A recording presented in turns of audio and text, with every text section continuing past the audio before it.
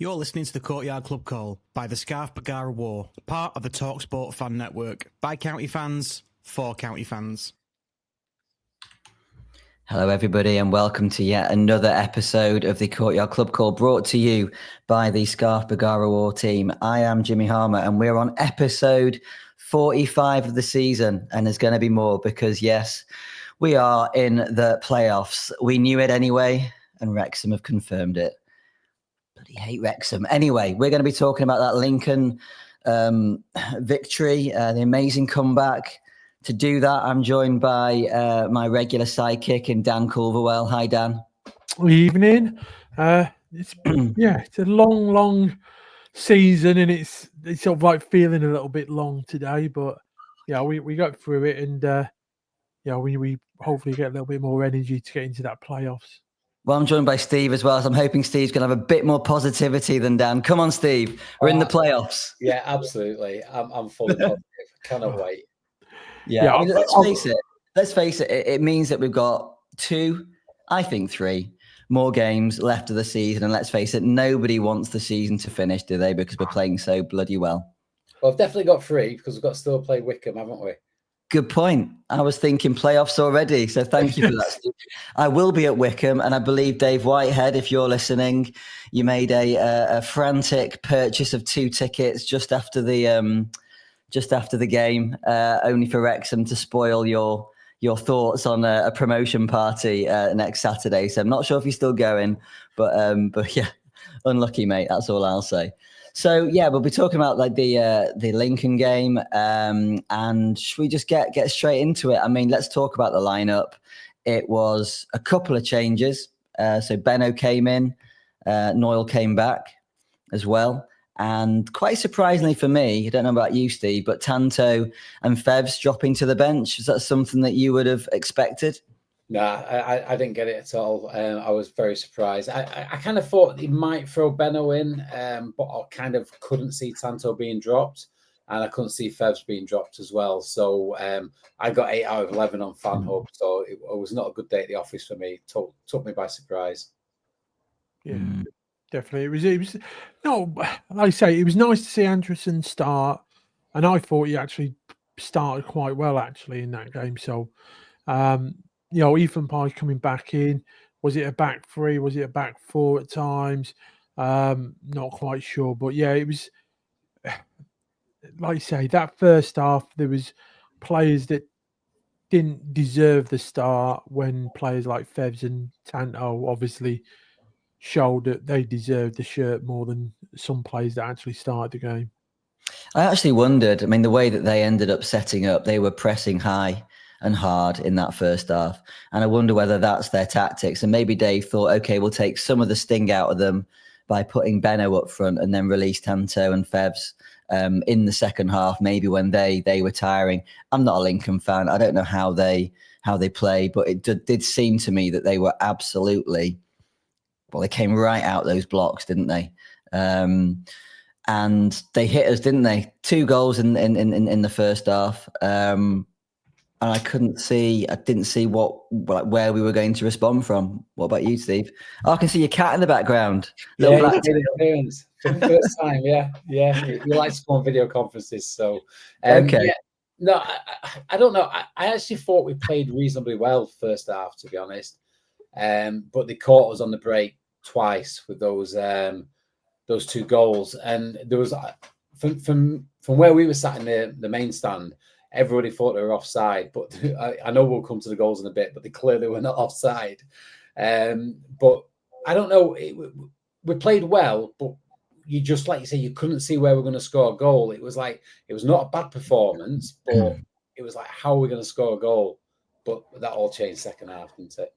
Well, we score a goal by taking the chances that we had. I mean, we had the chances. That's the most annoying bit. Horsfall, Wharton, had them chances, and we've said. I mean, we had obviously a discussion in our WhatsApp group, and if we want to be a championship club, you need players that take them chances, because in a championship game, that game finishes 2-0 loss to County. A championship club won't let us back in the game like Lincoln did. And we have to, I mean, it's the same again. I'd look at it and think them chances dropped to Anderson, would he be actually probably on for an hat-trick, to be honest, if he had them same chances that fell to Horsfall and Wotton in the first half. And yeah, it's just disappointing because we didn't even make the goalkeeper really work in that first half, and we had some real, before Lincoln scored, we had some real good chances to put this game to bed. Yeah, I mean, Wotton had a couple of headers. Horsfall had a header, went over the bar. Their keeper, I mean, I don't know how he managed to keep one of the, I don't know what happened. There was some sort of mistake or mix up at the back. And and I thought Tanto was like open goal. Sorry, not Tanto. I don't know who would have been up front actually, but someone had pretty much an open goal and the keeper just managed to stick his arm out. I couldn't really tell from the Cheadle end. Don't know whether you were a little bit closer, Steve, but again, I thought we were scoring there. But when they did score, they were getting a lot of joy down the left-hand side, our left-hand side. It did seem, I said to Chloe, it did seem that they targeted that side of the pitch, sort of Torre and Pai. And we've said before on this podcast that when we play the back three with the two wing backs of Noyle and Torre, I don't think number one, we don't look particularly offensive, but also they seem to leave space, too much space. They're almost caught in no man's land. They're not too far forward. They're not too far back. And I think when you play that sort of formation, well, when you play a four at the back, all those defenders know what they need to do, and that sort of happened in the second half. What did you think of the of that first goal, Steve? Because it was right down your side, wasn't it? Yeah. So, like I said, the first thought, we thought it was offside to begin with, and the reason we thought it was offside is because the liner wasn't keeping up with play. So it looked like he wasn't up with play, but I've seen it back, and it was onside. But like you say, there just seemed to be too much space, and he kind of. He got put through and he threw on goal, and it was a very, very easy finish. Corey tried to make himself look big, but I don't know, maybe he could have done a bit more, but it was a very easy finish for the guy. Just put it in the bottom bottom right hand corner, wasn't it, from our end?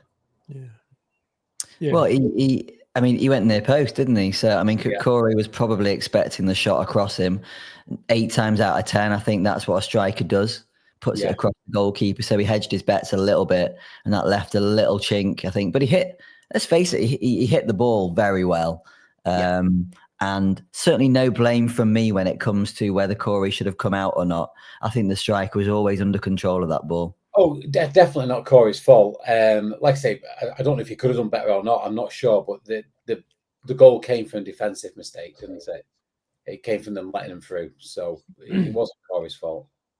Yeah, and like I say, that blame that we for that goal, goes on to Torre and Pai for me. The communication between the two, they sort of ball watched. Really, I thought that it looked like the player that scored the goal came around Pai, and before that ball's played, you'd expect Pai to be favourite to deal with that situation and put the ball out. But with fair due to the Lincoln lad. He's sort of gone round him and, like you say, tidy finish and put it away. House, I think he was. I mean, in fairness, that their front line did give us a bit of a run around in that first half. They did expend a hell of a lot of energy, and I couldn't see them keeping it up. I said this to Russ in the Courtyard after the game, obviously after we'd won the game, and he agreed with me.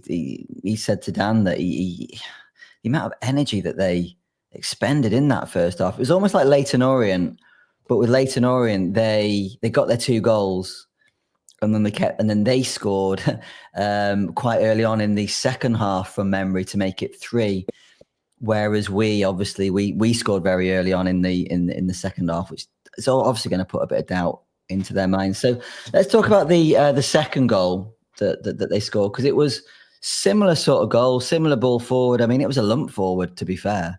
Little flick on by one of their players, and the guy gets a run on Noyle. Tidy finish, smacked it through Corey's legs. Yeah. Only place he could really, I thought he was going to score, really, was through his legs. Same again, don't blame Corey for it, to be honest. He's always going to be second best in that situation. He's got the the advantage is all with the striker to score the goal. If he saves it, then it's a big save. But yeah, disappointing with that second goal because, like I say, we just it was just disappointing because, like I say, individual errors that you put it down to, and with the amount of chances that we'd missed in the first half, I thought the game was done and dusted, to be honest. We did have 10 shots in that first half, 3 on target. And I think some of the ones that were off target, we really should have been putting them on target. A lot of headers, some decent crosses there as well. Norwood, I thought, played excellently in that first half, but I made a note of the players, and I don't want to bring the mood down, but there were too many players in that first half that just didn't seem to be at the races. Torre, Noyle, Collar, Moxon.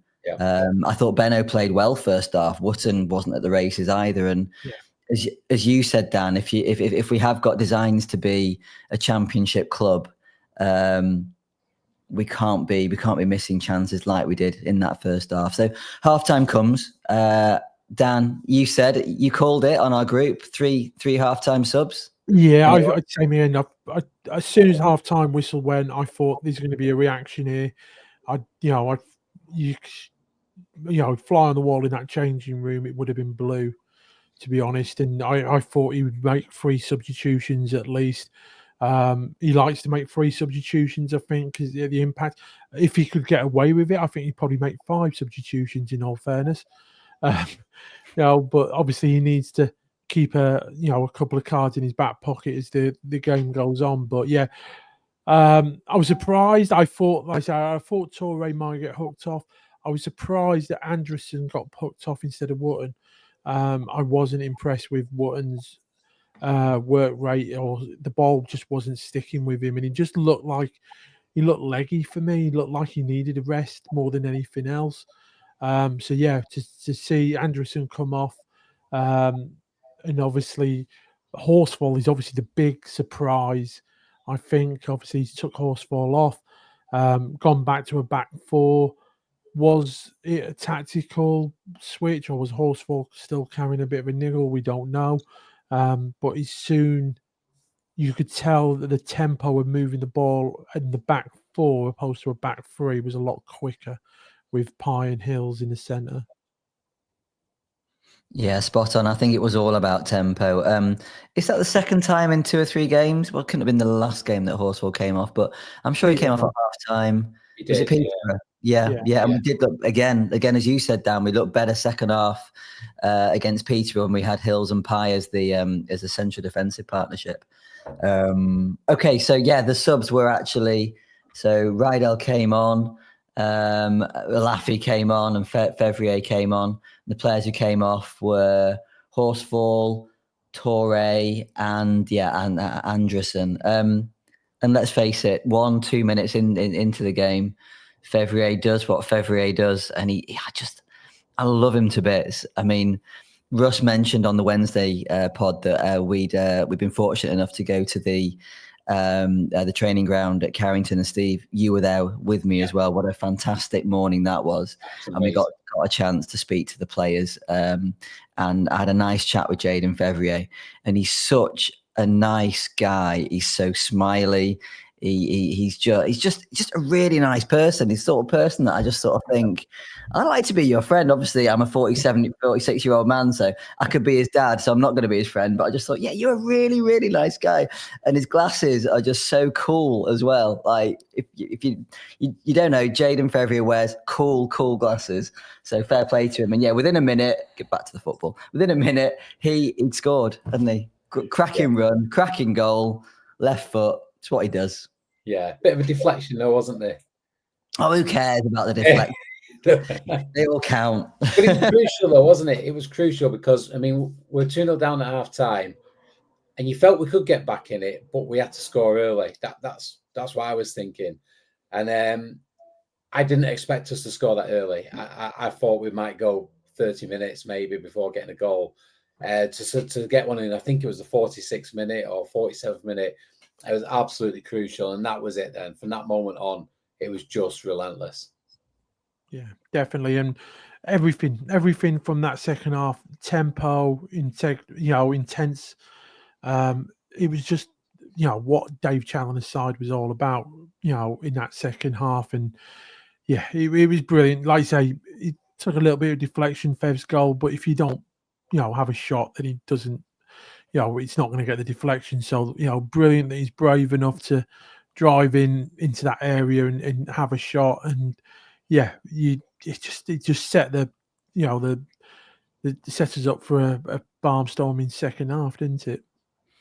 And I mean, if FEVs hadn't been man of the match, Norwood would have been, because I'm going to, for the slightly older listeners, watchers, I'm going to compare this game to when Beckham played for England against Greece. We will remember this, Steve and Dan, because we weren't there. Sure, were you there? Yeah. Old Trafford. Was it Old Trafford? Yeah.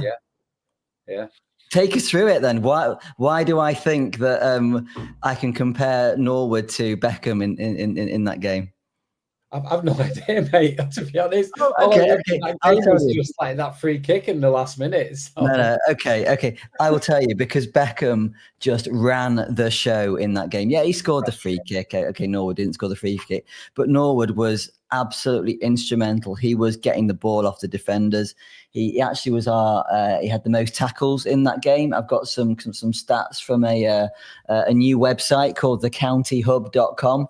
It's been built by my brother Simon, and if you go on there, you get loads of news, blogs, matches, stats, links to videos and podcasts, all sorts of stuff. So thecountyhub.com, and within that, he had the most tackles. Guess how many passes, guys, Ollie Norwood had in that game? Well, I think total passes. No, you need to guess, Dan. You need to guess. Have a guess. I know total passes. 448 was the total passes for the whole county team.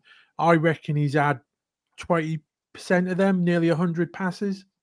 Pretty good. 82 passes in that game. 75 accurate passes. So only 7 went astray. Yeah, how many of them were 40-yard passes as well?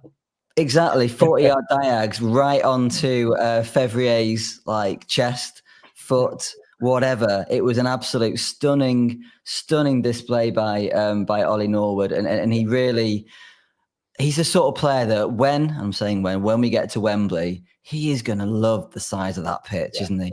Let's face it, those balls are going to be going left and right. Diamond will be back as well, so I would love to see those two in the same team, just cutting in, and look, I'm excited already, guys. I still say that my prediction: Nick Powell scores the winning goal at Wembley. I've thought that for a long while now, and I'm still sticking to it. But like you say, Nick Powell, like you say, Ollie Norwood on a Wembley pitch, as wide as it is, we're rubbing our hands together. But let's be honest, we've still got to get there. But that's the dream. So talk us through the second goal, Steve, because that was again a Fevrier masterclass in wing play. So the second one is the one to Collar, wasn't it? That when he ran down the line and he took. I think he moved. He went in. He went on his outside. And he took another step and he put an absolute peach of a cross in for Collar to attack it. And I was so pleased for Collar as well, because I don't think he's been completely firing on all cylinders. But he can always pop up with a goal. Absolutely crucial. And it was a great header and it was a great goal. I loved it. Yeah, definitely. And hopefully other players see what it is to attack a ball with your head. Not just to jump and let the ball hit your head, to actually attack the ball. And you get your goal. As simple as that. Yeah. That was the difference between the two halves, wasn't it? We're attacking the second half, the momentum was there, and like you say, he was attacking the ball, and it makes such a difference. Yeah, well, and also we're shooting towards the cheadle end as well, aren't we? Exactly. Some people say that doesn't make a difference, but they don't know much. It makes a massive difference shooting towards the cheadle end. Yeah, Andy Redding. That's who we're talking about there. No, but the two things with that goal. Okay. One, Fevrier right foot across, Okay. And he's so left-footed. It's unbelievable. Beautiful cross onto Collar's head. And as you say, it was the power that beat the keeper, because I thought the keeper saved it. It went straight at him. And I thought, for God's sake, Will, you just headed it straight at the keeper. But the power just took it straight past him. He didn't have a chance, did he? When you watch the highlights, although it was right, like over the top of the keeper's head, just like a bang, fantastic goal. And you know what? That'll do Collar a world of good. And I think it's not just the 3 points that we won in that game. And obviously we're all disappointed that we can't take it into the final game. It's all about momentum. You've got Collar scoring after not scoring for God knows how long. You've got Tanto scoring, and he was on a little bit of a barren run. You've got Fevrier, who's had to step up now that Diamond's got this 3-match ban. It's just all coming together, I think, at just the right time. And if we can maintain this momentum against a Wickham side that have really started to falter in the last sort of 2-3 games, we really should be looking to finish third, I think. Yeah, definitely.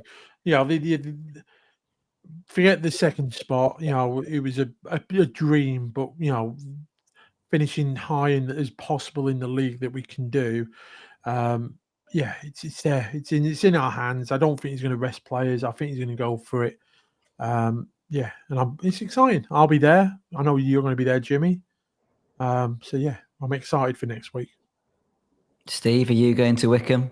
I've got a ticket, but it's also my uncle's 60th birthday in Bolton, so it's been a bit of a dilemma. So it's undecided at this moment what I'm doing.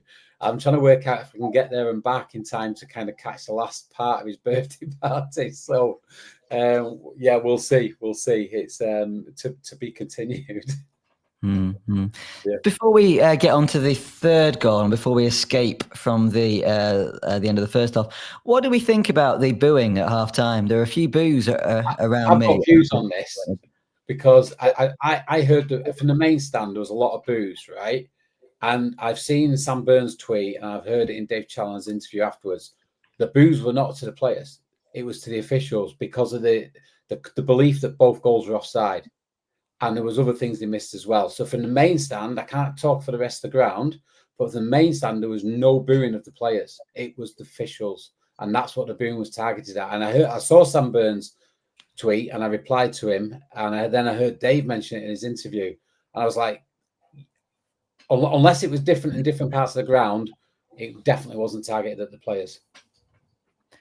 The only thing I would say on that is that when the boo comes at the whistle, it's very difficult. You think it's for the players. What I've seen in the past is that we let the players get off the pitch, and then if the officials had a really bad game, you then boo the officials. It's like, it's you now who are walking off the pitch. So a few around me in the Cheadle end were booing straight after the final whistle, which I just don't think's on, even if it wasn't the officials.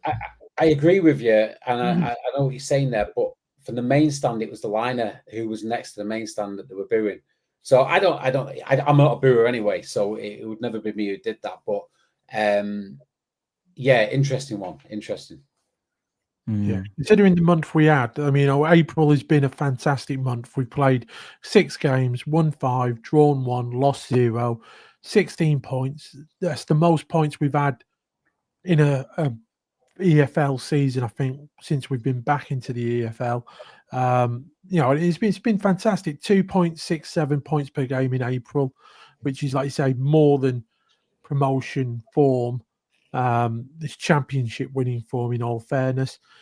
It's disappointing that we've not got that second spot.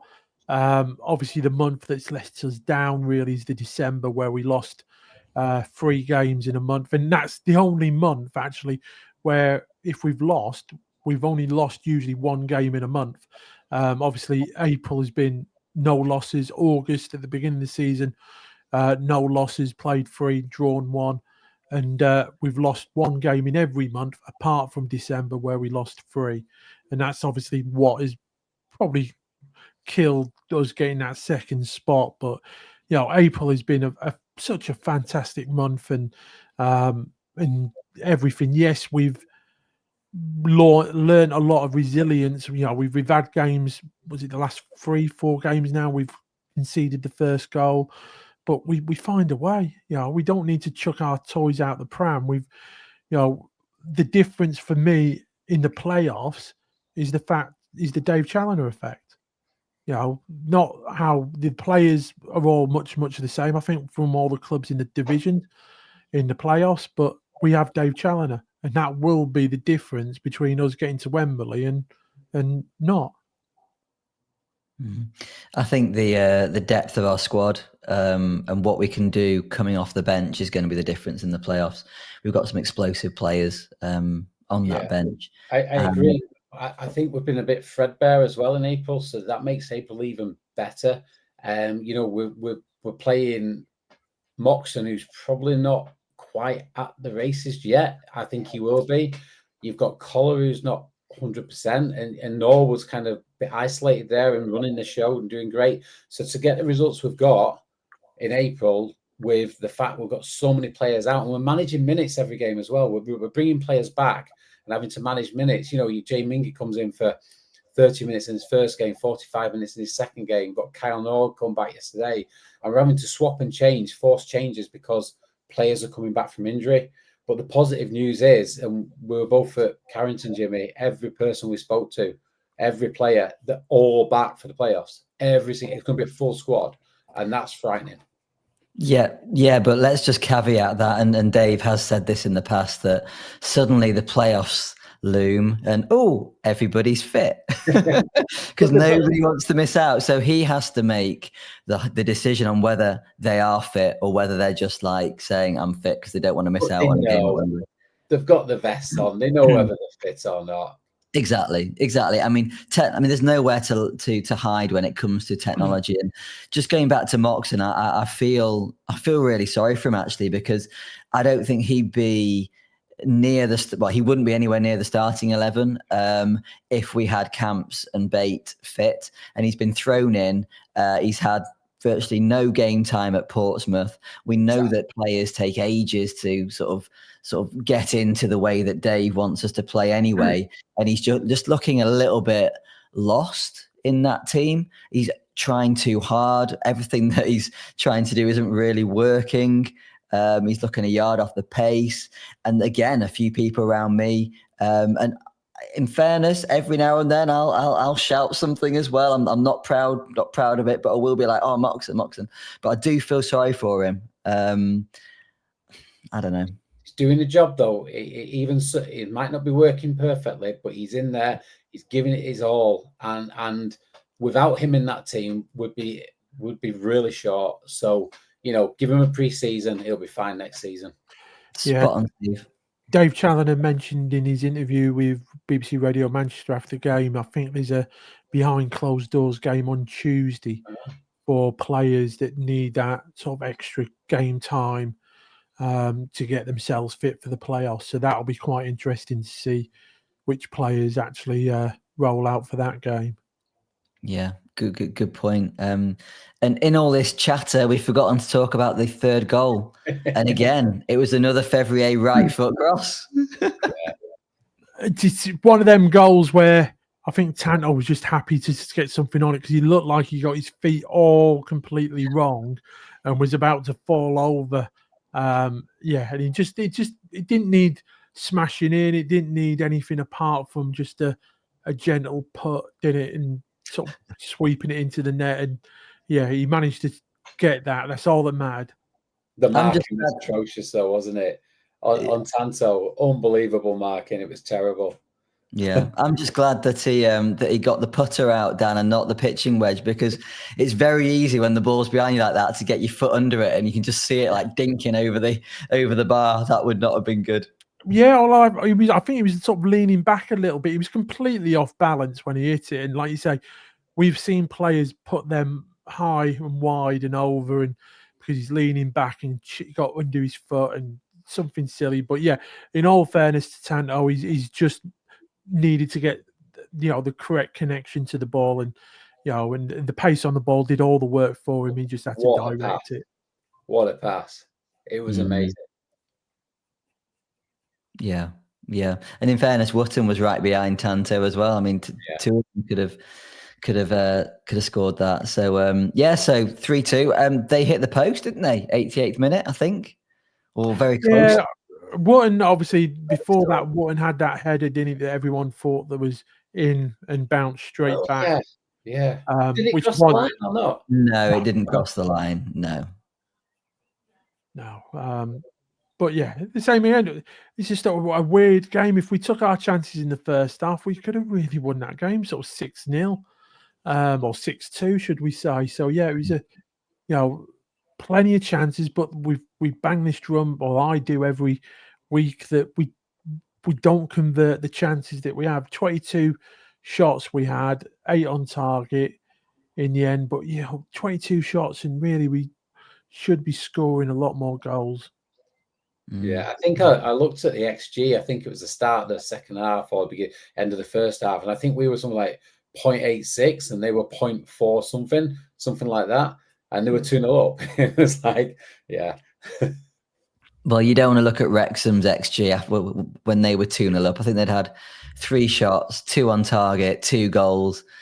And like certainly the XG of their first goal was 0.02. So like 1 in 50 it goes in. But according to FOTMob, we hit the bar 4 times in that game as well. So yeah, I know we had the double headers, didn't we? That off the corner that we headed, it went off the crossbar, came back, and then headed back in again, and off the crossbar again. So according to FOTMob, we hit the crossbar, or the woodwork, should I say, 4 times. Just talking about corners, we had quite a few corners in that game. I can't find it at the moment, but one of them, the referee absolutely wound me up. It was, you'll all know the one it was. It was on 75 minutes, and the ref stopped the corner from being taken twice for their guy manhandling Tanto, and then the guy continued to do it when the corner was taken. And I'm thinking, ref, just give a penalty. Yeah. It's not difficult. Just give a penalty. And the guy, it was blatant. Yeah. He literally muscled him to the ground, didn't he? And it was like, you've given him 2 chances, and now he's took the corner and he's pushed him to the ground again. Nothing. It's just mental. It's just bizarre. I mean, I thought the referee had a reasonable game up until the, 35, 40 minutes. Second half, I think he lost it a little bit. But it's funny because I was talking to Russ in the Courtyard afterwards, and he thought he was an absolute, thought that had a crap game. I thought, I don't think he was that bad. One of the interesting things to come out of the Dave post-match, I thought, was the bit he was talking about the psychological profiling. Have you had a chance to listen to the post-match, Steve? No, I only heard part of it. I've not heard that. Okay, no. So what he was saying was that all the players undergo some psychological profiling, so they can then work out whether the players sort of would prefer to play things safe or not. And obviously, what tends to happen is that when you're sort of on autopilot and the game is going, you tend to revert back to type. So even though as a coaching team, they may sort of will the players to be more positive and take risks, what you tend to find is that players will revert back to what comes naturally to them. And I wonder whether players like Torre and Horsfall may be psychologically profiled. They are more likely to take that extra touch, or instead of passing it forward, they will pass it back or sideways. Just thought it was quite interesting that, again, that's another thing that the club are taking advantage of. I like shit like that.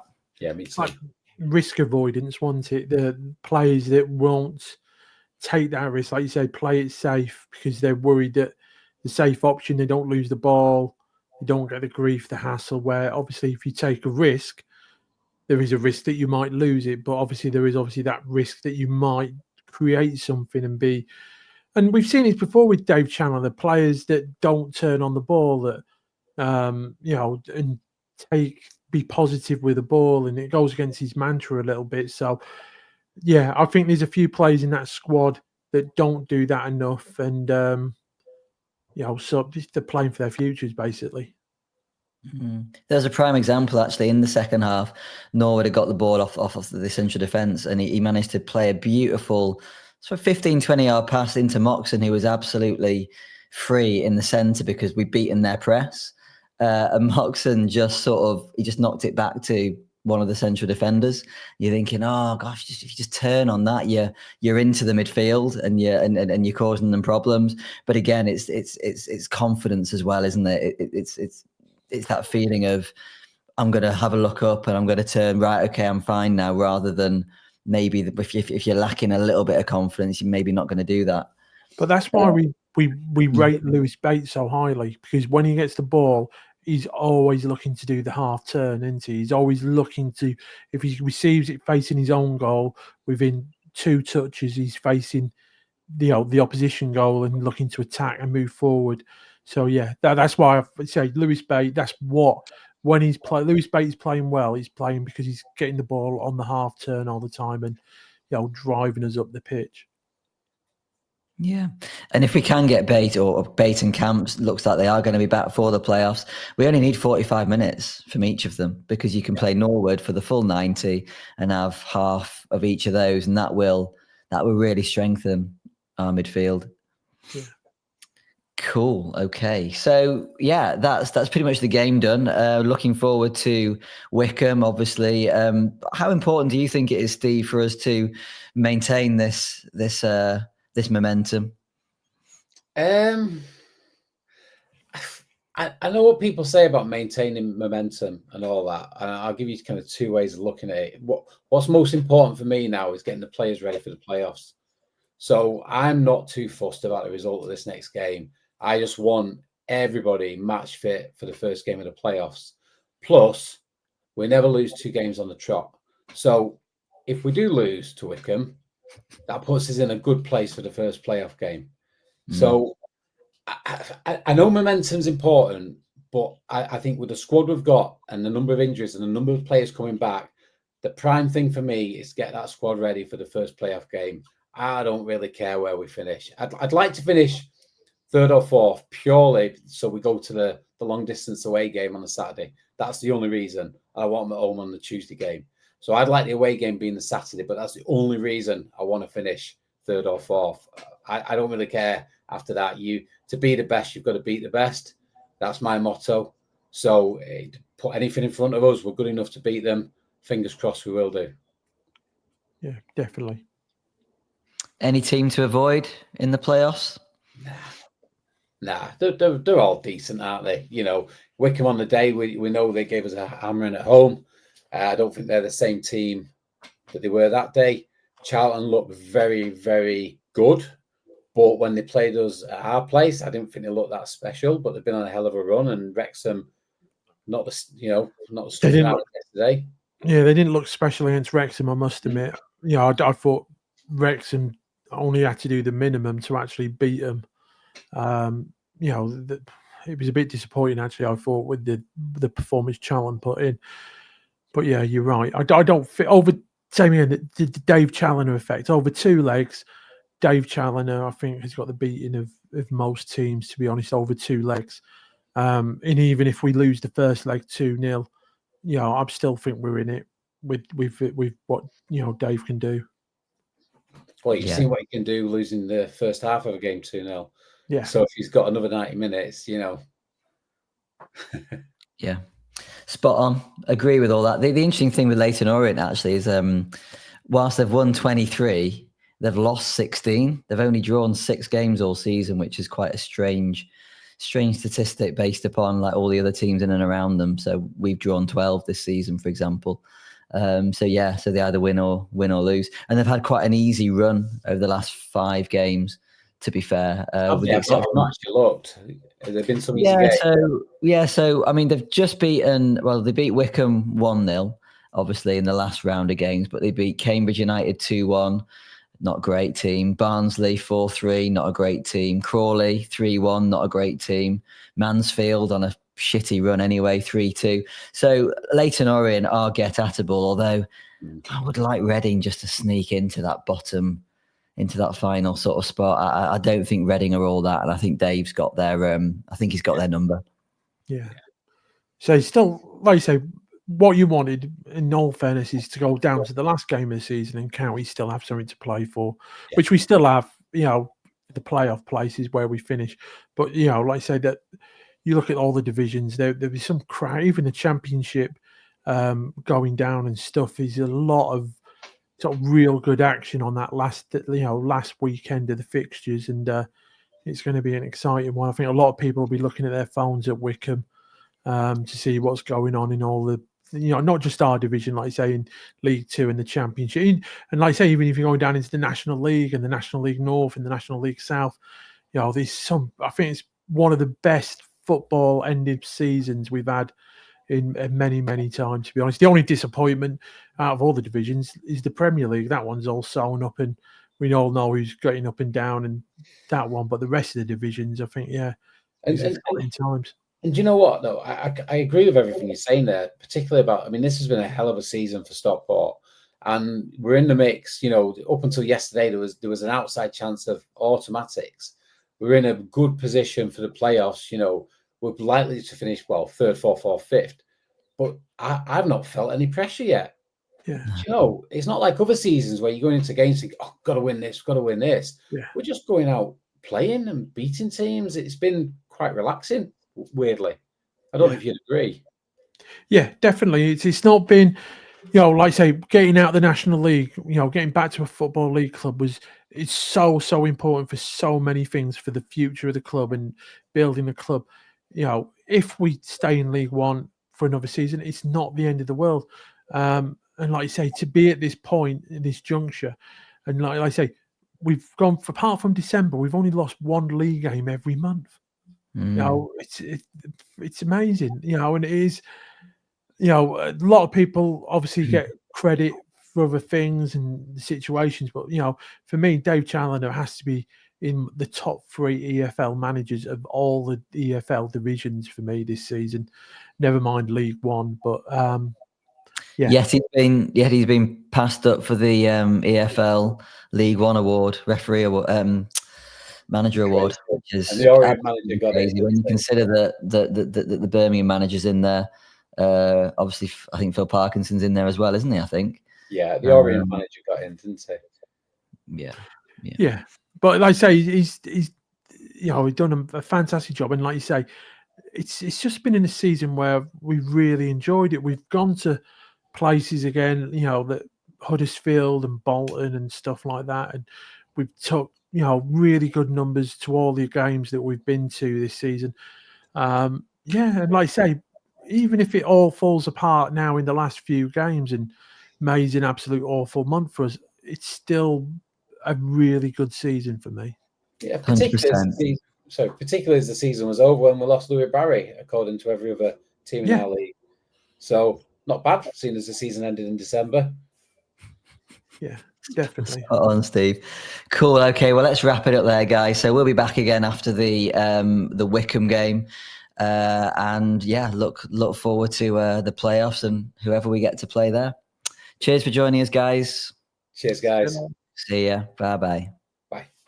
And that's a wrap for this episode of the Scarf Bergara War. We hope you enjoyed the podcast. Remember, you can catch us every week on your favourite podcast platform, whether it's Spotify, Apple Podcasts or Google Podcasts. And a huge thank you to all of our Patreon members. Your contributions help keep the show running to bring the content you love. If you'd like to support the podcast and get access to exclusive special guest episodes, ad-free podcasts and a monthly giveaway, head over to patreon.com/the Scarf Bergara War. And don't forget to follow us on social media for updates, behind the scenes content and more. You can find us on X, Facebook and Instagram, all at County Podcast. Lastly, if you enjoyed the show, please leave us a review and share it with your fellow County fans. Your feedback helps us improve and reach more listeners. Thanks for tuning in, and we'll see you next time on the Scarf Bergara War. Come on, County!